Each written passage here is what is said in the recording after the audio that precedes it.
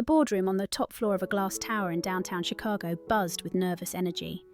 A dozen people in dark suits leaned over laptops, whispering last-minute notes for a presentation worth $50 million. Investors were already logged into the live stream, waiting for the numbers to appear. The air felt heavy, like the whole company was holding its breath. Outside the door, a young waitress named Maya walked quietly down the hallway, balancing a tray of coffee cups. Her black apron was pressed, her hair pulled back neatly, her steps steady. Nobody looked at her.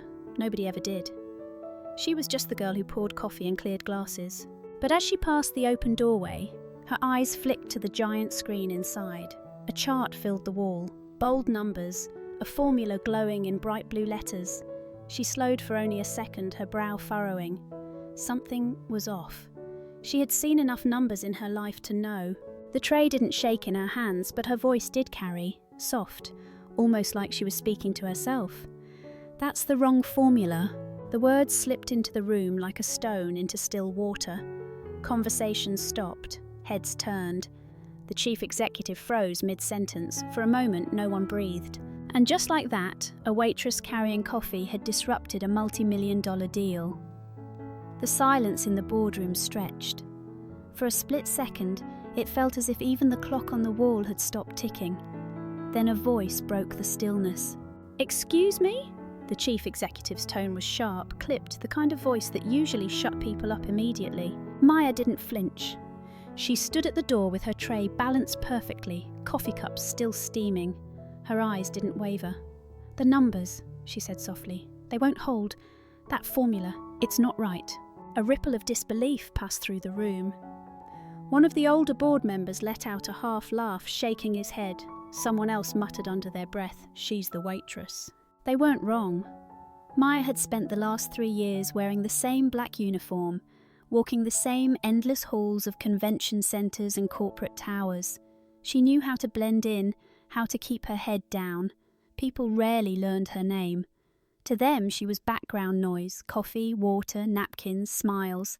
But they didn't know the other part of her story. They didn't know that when she was 19, Maya had been the girl professors whispered about in hallways, the one who solved equations faster than the graduate students, the one offered a scholarship to study applied mathematics. They didn't know that she had once dreamed of building models that could predict markets, save cities money, maybe even change lives. All of that ended with one phone call. Her mother's sudden stroke. No health insurance, bills piling higher than textbooks, an 11-year-old brother who needed someone to take care of him.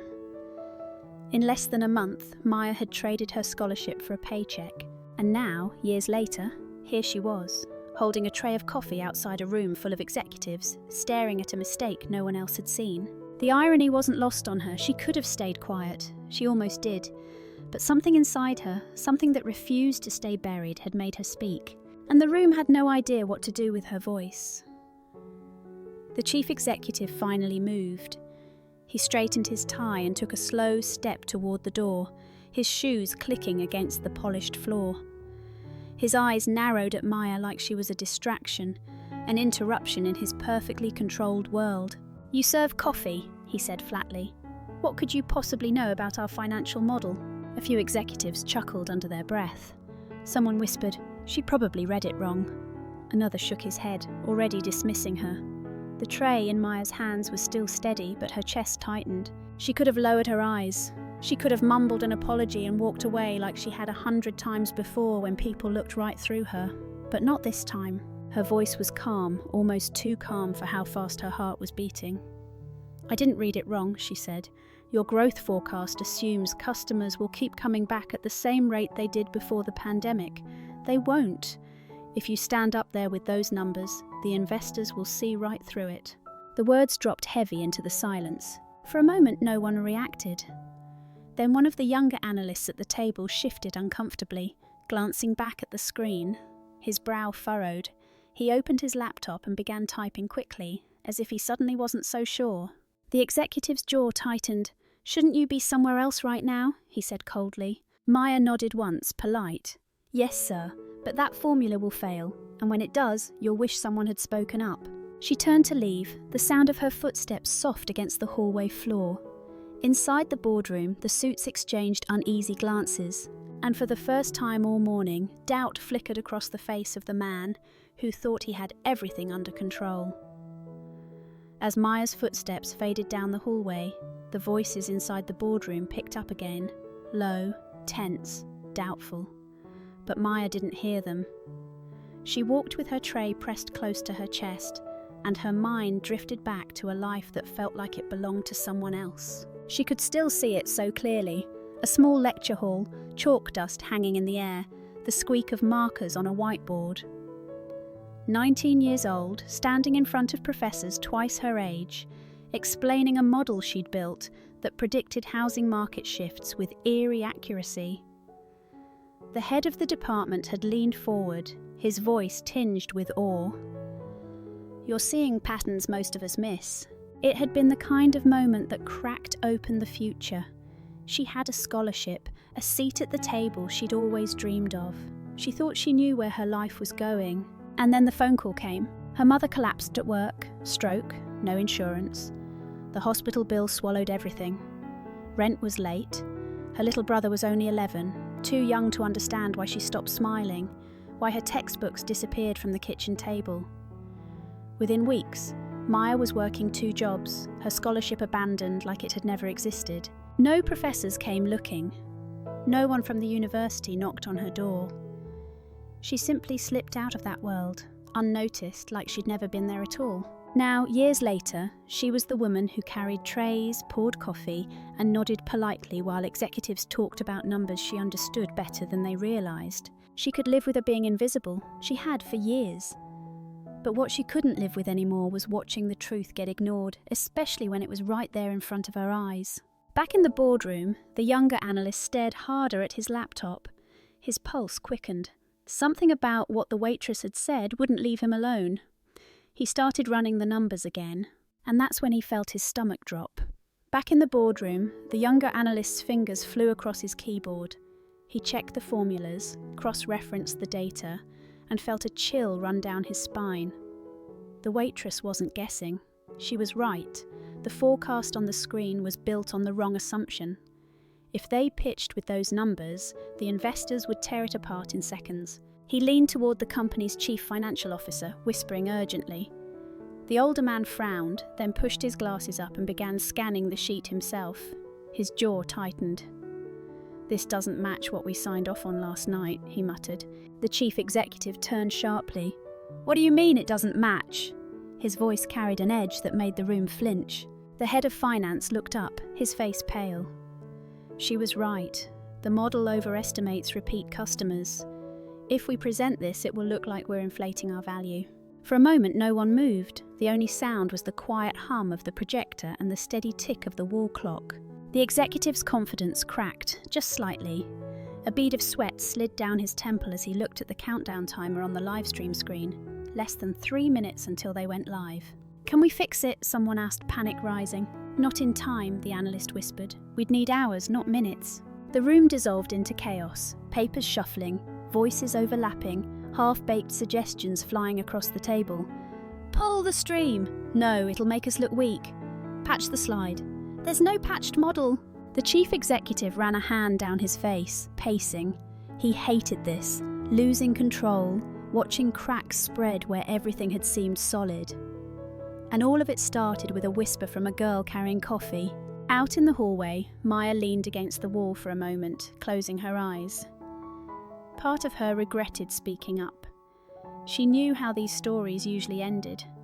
People like her weren't heroes in boardrooms, they were liabilities. And yet, deep inside, a quiet certainty refused to let go. She hadn't been wrong, the math was wrong. And truth had a way of surfacing, no matter how much people wanted to bury it. Inside, the timer blinked. 2 minutes. The room had run out of answers. The boardroom was unravelling. Voices clashed over each other, panic spreading faster than reason. The countdown clock on the corner of the screen glowed like a warning siren. 1 minute and 30 seconds until the investors went live.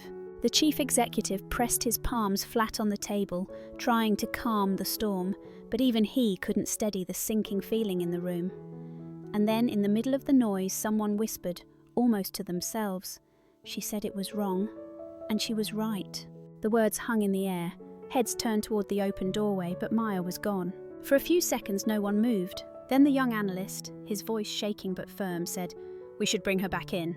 The chief executive spun on him, eyes blazing. "Bring back the waitress? Are you out of your mind?" But the analyst didn't back down. She saw what none of us did. If we're about to stand in front of investors with broken numbers, maybe she's the only chance we've got. The room fell into uneasy silence. Pride battled fear in the executive's face. He hated the idea. Yet the clock was merciless, 50 seconds left. And then the side door opened. Maya stepped back into the room, her apron still tied around her waist, her expression calm. The tray was gone. Her hands were empty now, steady at her sides. She looked straight at the executive and said quietly, "You don't have time to argue, but you do have time to fix it, if you let me." For a long beat, no one spoke. The only sound was the clock ticking down. Finally, the executive's jaw tightened. He pointed to the whiteboard on the wall. "Show me." Maya walked forward. She picked up a marker, her steps unhurried, her shoulders squared. On the glossy surface of the board, she erased a single line of the flawed formula and began to rewrite it. Her voice was even, almost gentle, but every word carried weight. "You built this model on the idea that loyalty stays constant. It doesn't anymore.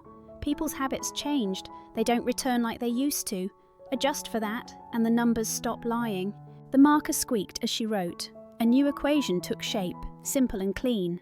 The young analyst's fingers flew across his laptop, plugging in the changes. The chart on the projector shifted instantly. Gasps filled the room.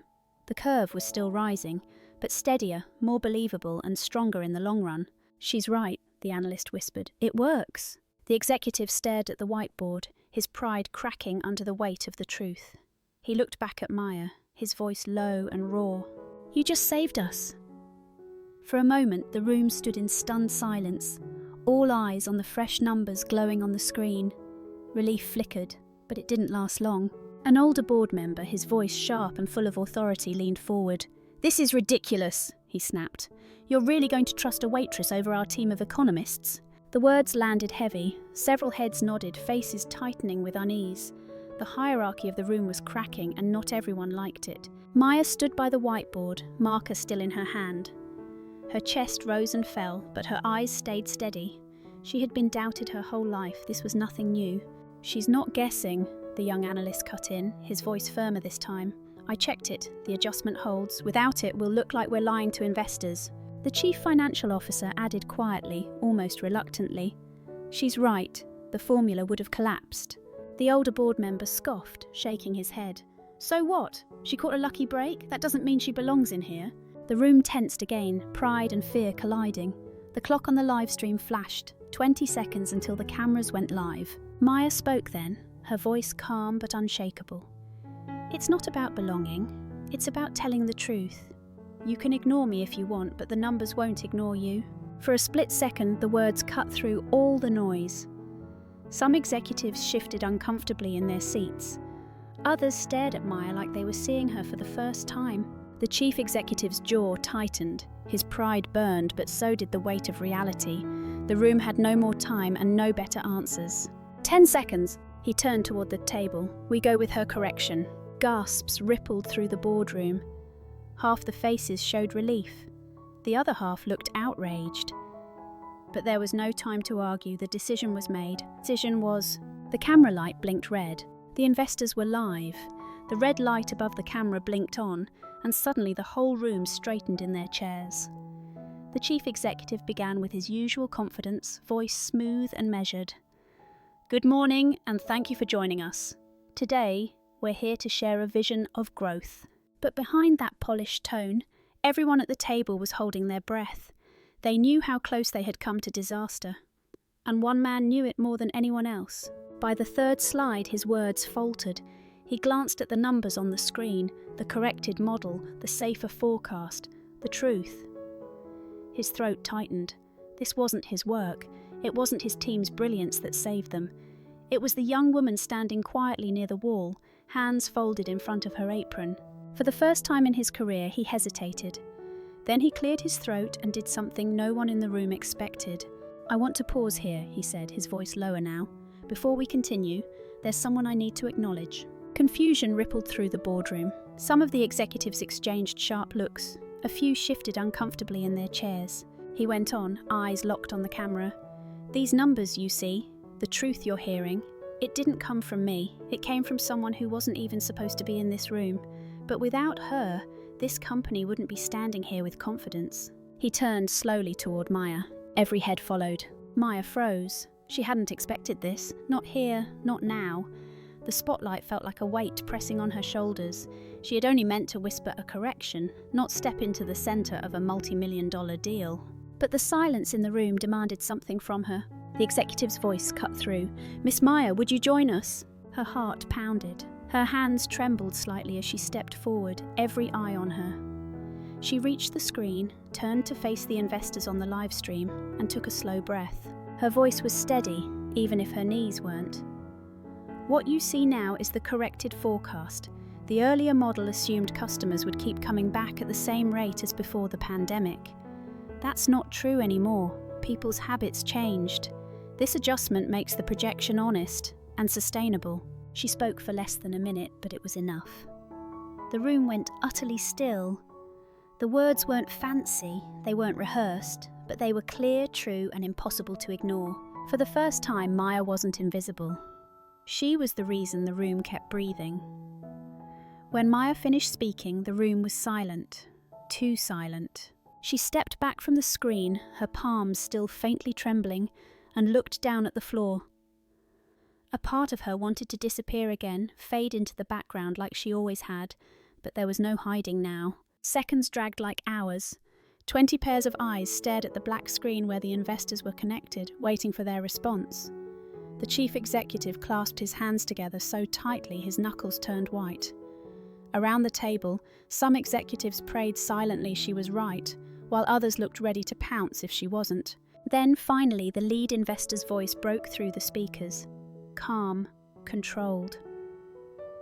"We've reviewed hundreds of proposals this year," he said slowly. "Most of them look good on the surface, but fall apart the moment you dig deeper. What we've just heard, this correction, this honesty, makes me believe your company is not just chasing numbers, but facing reality." He paused, and the tension in the room was unbearable. "We approve the deal in full." The words hit like a thunderclap.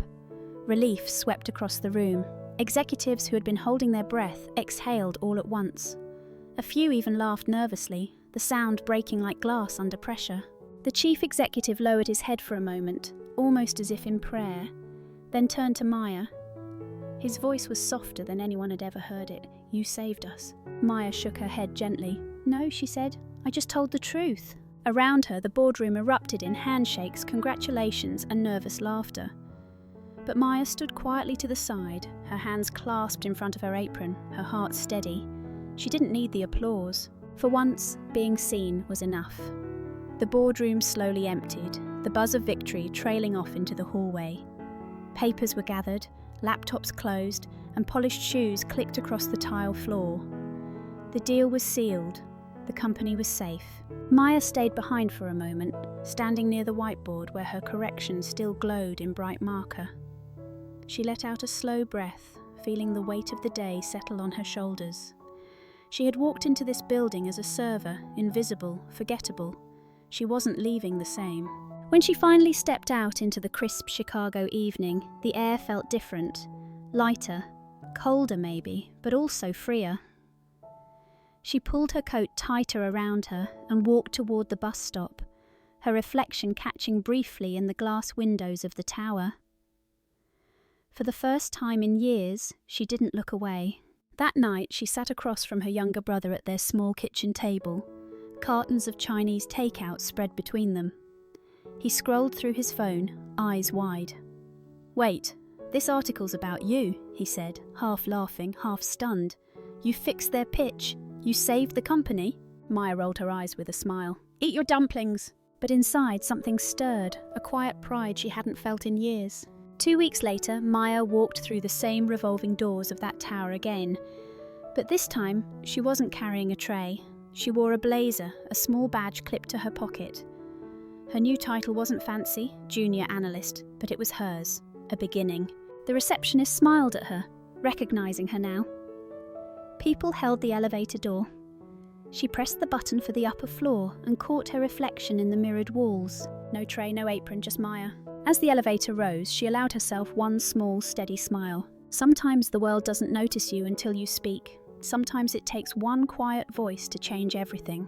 And this time, she wasn't going back to silence. True talent doesn't always sit at the head of the table. Sometimes it carries coffee, stays quiet, and waits for a moment to be seen. Speak up when you know the truth, because one voice, no matter how small, can change everything. Thank you for listening all the way to the end.